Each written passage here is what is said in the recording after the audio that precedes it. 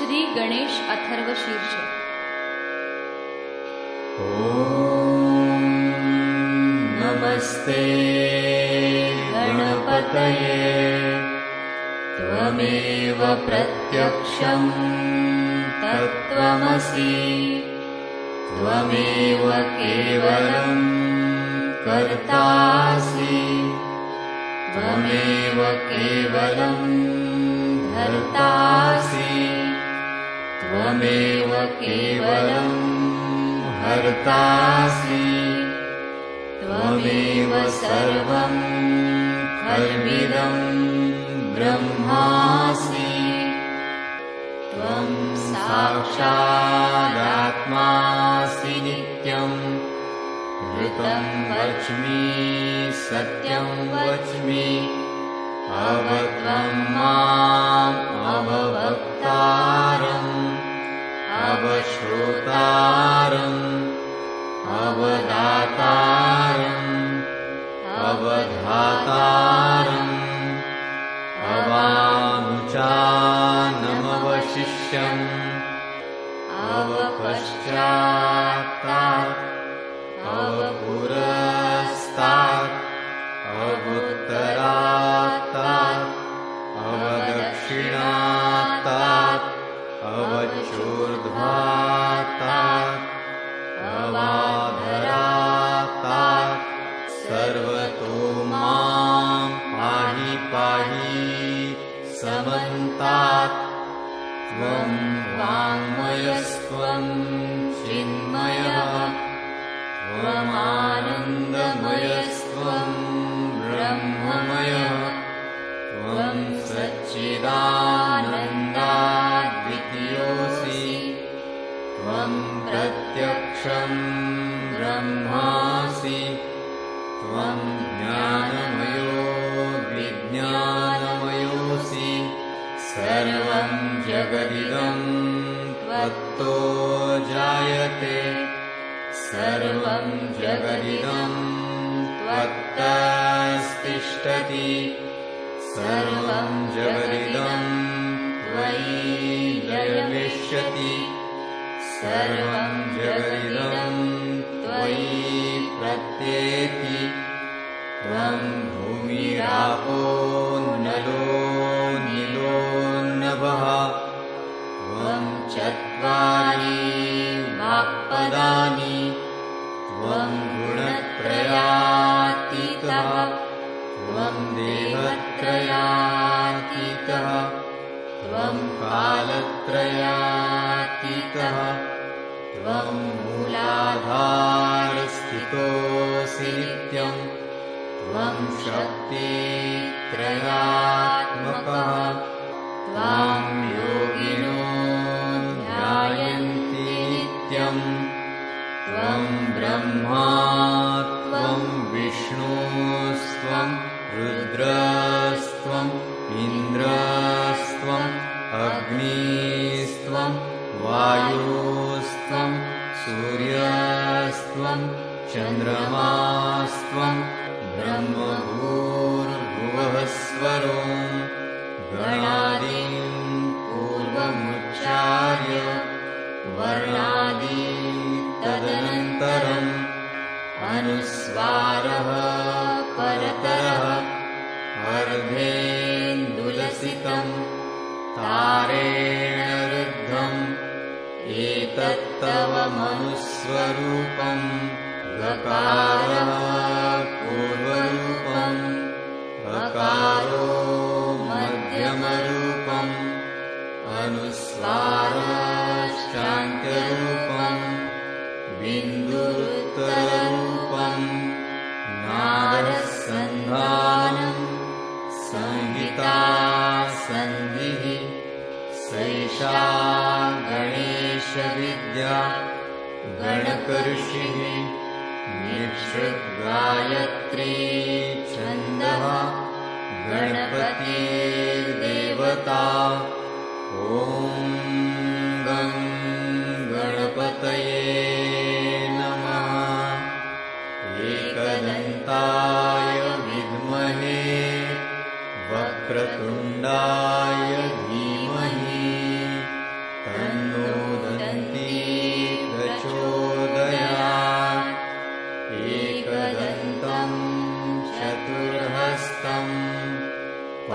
पाशमङ्कुशधारिणम् रदं च वरदं हस्तैर्बिभ्राणं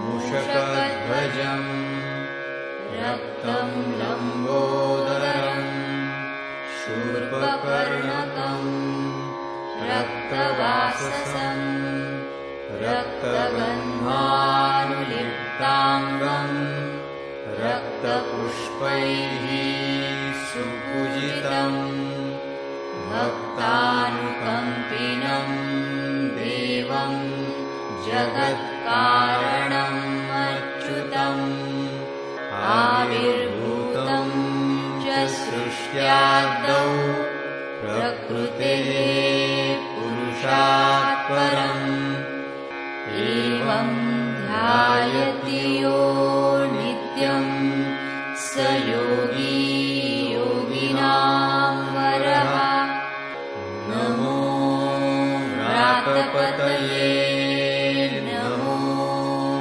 गणपतये नमः प्रमथपतये नमस्तेऽस्तु लम्बोदरायैकदन्ताय विघ्ननाशिने शिवसुताय श्रीवरदमूर्तये नमो नमः साक्षात् श्री आदिशक्ति माताजी श्री निर्मला देव्यै नमो नमः।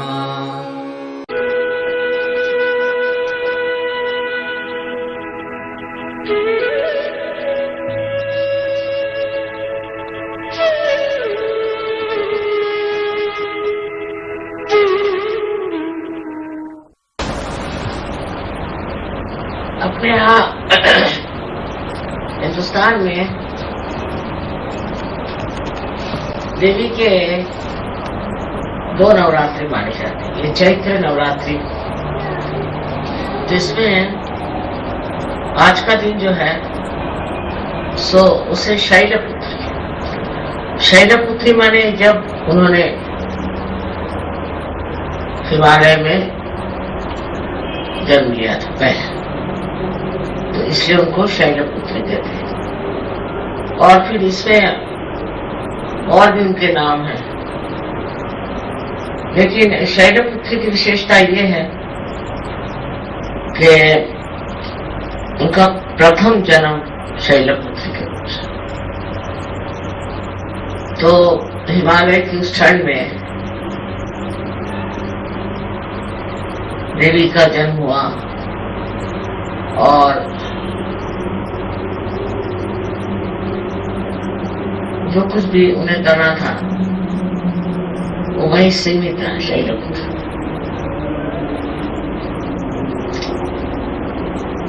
लेकिन आगे की तो स्टोरी आपको मालूम ही है कि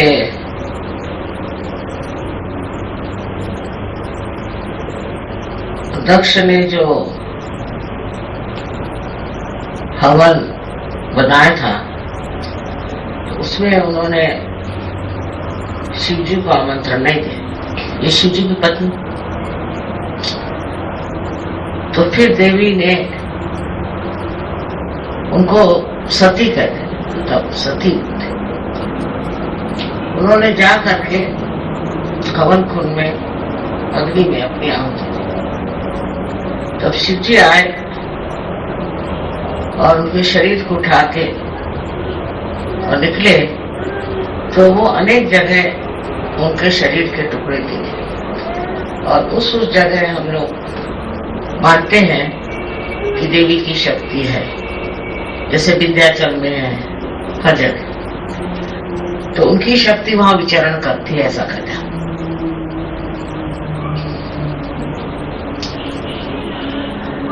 और वो जो शक्ति थी वो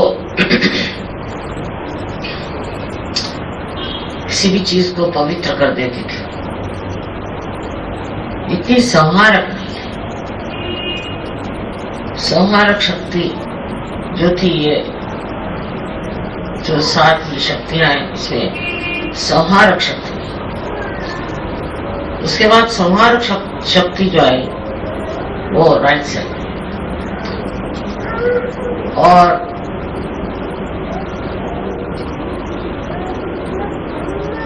जैसे राइट साइड में है सावित्री, गायत्री आदि राइट साइड,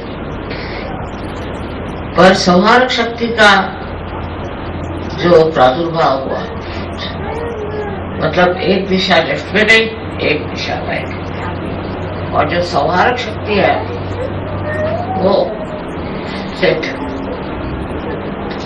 सेंटर में।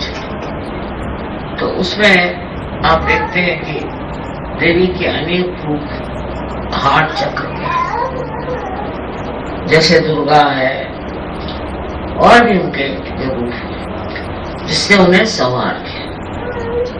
वो हृदय पे विराजमान, हृदय चक्र पे, हमारे हृदय चक्र में वो विराज थे।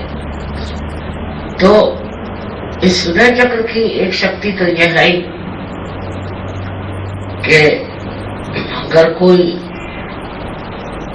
आपको परेशान करे या आप पे आघात करे, ये आपको दुविधा में डाल दे, तो वो जो शक्ति है हृदय में, वो आपका प्रोटेक्शन करेगी और जो आपको सताएगा उसका संहार करेगा। तो वहां पर सबसे जो शक्ति का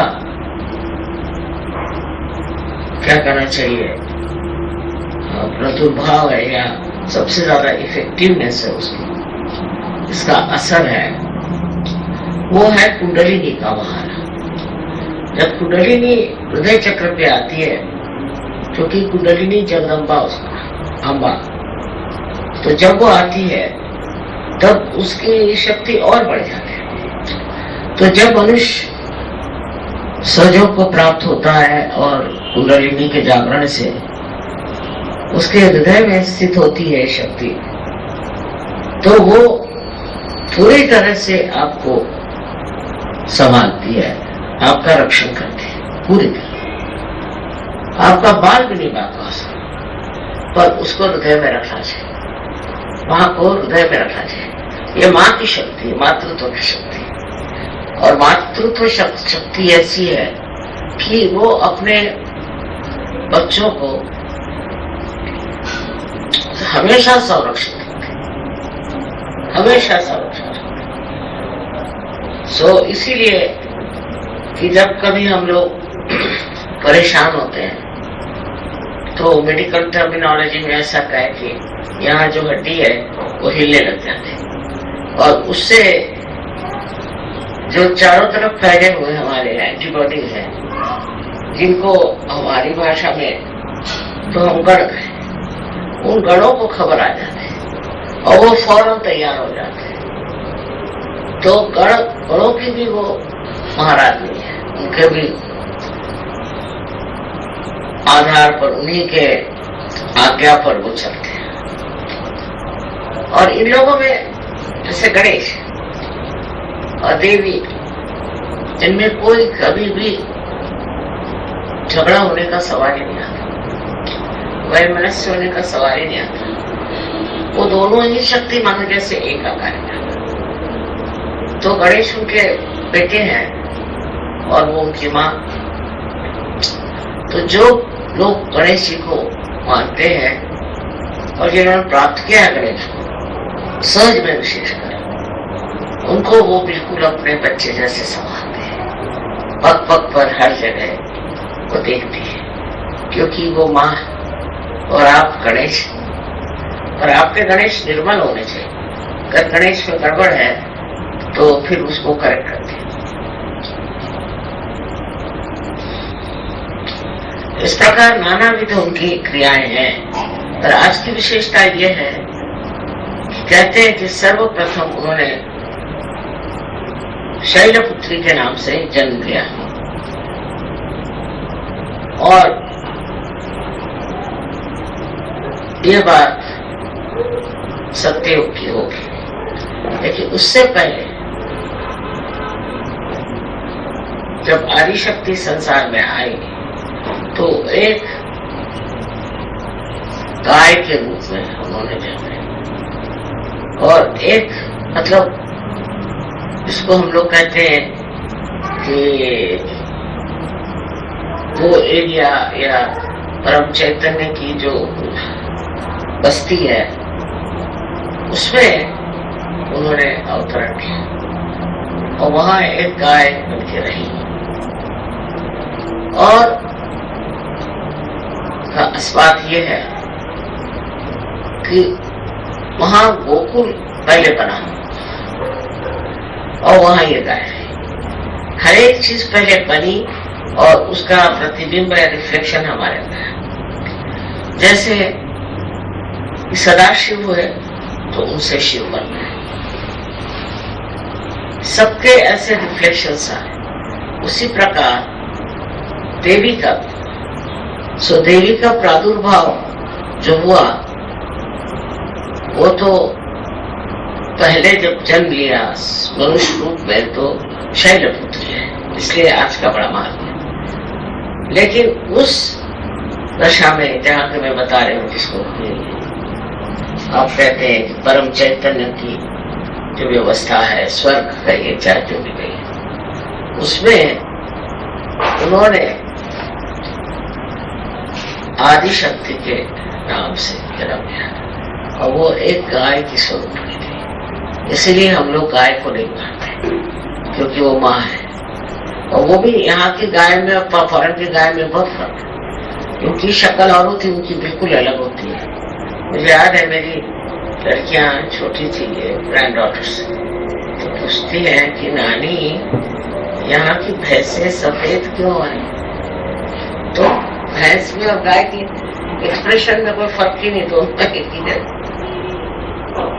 अब वो ही आदिशक्ति के लिए जन्म लेने का समय नहीं था, क्योंकि पहले आप जानते हैं कि द्वापर त्रेता आदि होते गया, वो कलयुग में उनको आना था, क्योंकि सारे ही चक्रों को लेकर, सारे ही देवियों को लेकर, सारी ही शक्तियों को लेकर के कलयुग में आना पड़ा। नहीं तो कार्य नहीं, इतना घोर कलयुग, इस घोर कलयुग में कार्य करना बड़ा कठिन, पर उसमें महामाया स्वरूप होना, क्योंकि घोर कलयुग में अगर कोई जाने की आदि शक्ति तो ऐसी मारने को दौड़े, इसलिए महामाया बने। और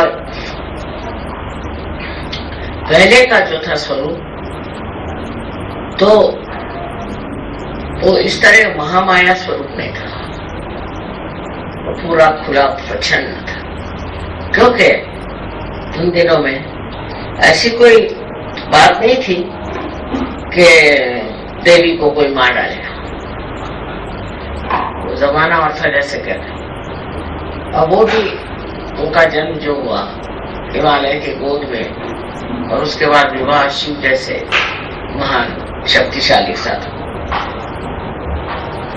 तो बहुत बार लोगों को ये प्रश्न होता है कि एक नवरात्रि ये है, एक नवरात्रि और एक देवी के लिए कहते हैं कि महाकाली है, महासरस्वती है, सब है, लेकिन सब आदि शक्ति के ही अंग प्रत्यंग है। और एक जो प्रादुर्भाव हुआ वो भी ऐसे टाइम में हुआ कि जिस कार्य को करना था, जैसे अब आपके मेरठ में शाकंभरी देवी का प्रादुर्भाव हुआ कि उनमें ये शक्ति थी कि वो उपज को बढ़ाती थी। हम भी जब मेरठ में थे तो हमने बहुत वहां खेती बाड़ी करी, तो इतने बड़े बड़े बैंगन आप उठा नहीं सकते थे, बड़े बड़े टमाटर और ककड़ियां इतनी मोटी इतनी लंबी। उस समझ में नहीं आता था लोगों के, हमें तो 5 अच्छे प्राइजेस मिले। वो शाकंभरी देवी की शक्ति है। तो जहाँ जिस शक्ति का प्रादुर्भाव होता है वहाँ ये शक्ति जो भी हो वही कार्य में ज्यादा रत थे। अब लोग कुछ चामुंडा कहेंगे, कभी कुछ कहेंगे, तो उसमें सबको कंफ्यूजन होता था। लेकिन शक्ति के अनेक स्वरूप हैं और जिस चीज की जरूरत जब होती है उसको इस्तेमाल करती है। तो ऐसे कोई नहीं है कि दुर्गा है तो फिर ये चामुंडा कौन है, ऐसी बात नहीं है। ये सब है और इनका होना जरूरी है क्योंकि अलग अलग देवता हैं इस प्रकार कार्य करते हैं। ऐसी देवी भी शक्ति स्वरूप है और देवी के बगैर कोई भी अवतरण कुछ नहीं कार्य कर सकता, चाहे वो गुरु हो और वो चाहे रामावतार में हो या कृष्णावतार हो, क्राइस्ट हो, कोई हो, सबके पीछे में एक देवी की शक्ति होती है। इसलिए हमारे देश में माँ को इतना मानते हैं लोग। एक्चुअली ऐसा कहना चाहिए कि भारतीय जो है शक्ति पुजारी है। बाकी ऐसी चीजें पर चली, ये हुआ, झगड़ू करते हैं, पर वास्तविक सब लोग शक्ति पुजारी। जो विष्णु को मानते हैं वो भी शक्ति पुजारी है, जो शिव को मानते हैं वो भी शक्ति पुजारी है, क्योंकि माँ को तो कोई नहीं बांट सकता। तो ये ऐसी बड़ी भारी संस्था माँ की अपने देश में है और उसके लिए हमें बड़ा आदर करना चाहिए।